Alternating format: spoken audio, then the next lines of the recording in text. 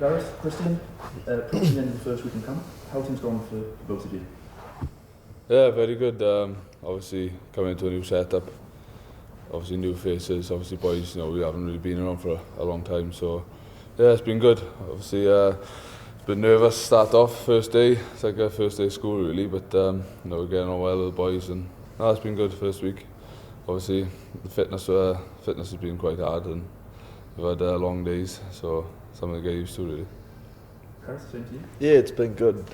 Like Dacey, the boys have been really welcoming, and so have the management and staff. So it's been a challenging first few days for sure, getting some testing scores and the fitness and things like that. But the boys are working hard, and like Dacey, it's a few long days, but it's been good, a good challenge. What were the nerves like on Sunday night ahead of Monday? They weren't too bad for me. I was more Monday morning coming in, to be fair.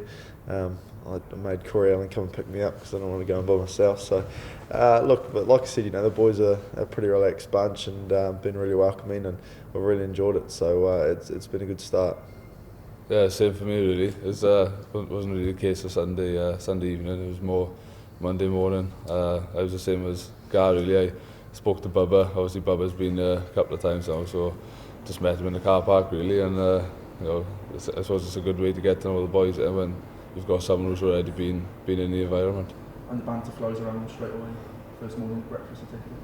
Oh yeah, of course it is, always really, but mostly for me it's about my hair really. That's too long, but that's saves me pay money to get a haircut really, but it's been good. Like the boys, like I said, they've all been welcoming, so it's been really good. In terms of the training, have you found it a step up, sort of intensity-wise, structure-wise, has it been quite different from what you've experienced?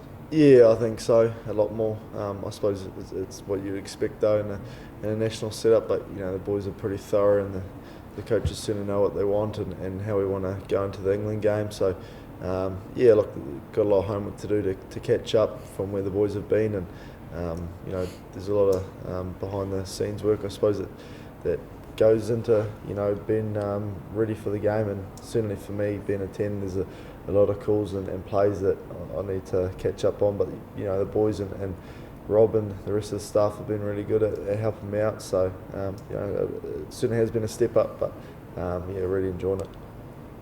Yeah, same really. Obviously we're both in key positions really, with Gareth being a 10, obviously myself as a hooker really, so there's a lot of calls line-up wise and obviously patterns, but like we said, the boys have been great, coaches have been great, so it's just trying to get them into your head and keeping them there really, like, so you don't really mess up, but that's the whole part of being here now, is do your homework and get to know everything really as quick as you can.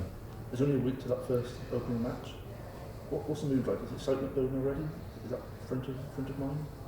Yeah, I think it is. I think obviously they lost last year to England, and that was a big game for the boys, I think, but I think it's just a case of focus on yourselves and putting the performance in really. The boys are working hard now behind the scenes, and there's a lot of homework going in to the game plan and whatnot, so I think the boys are really excited now going forward. Obviously the game's on Friday night, which it's going to be a bit different, like they've done it a couple of times, but I think the excitement's there, so it should be a cracking encounter really.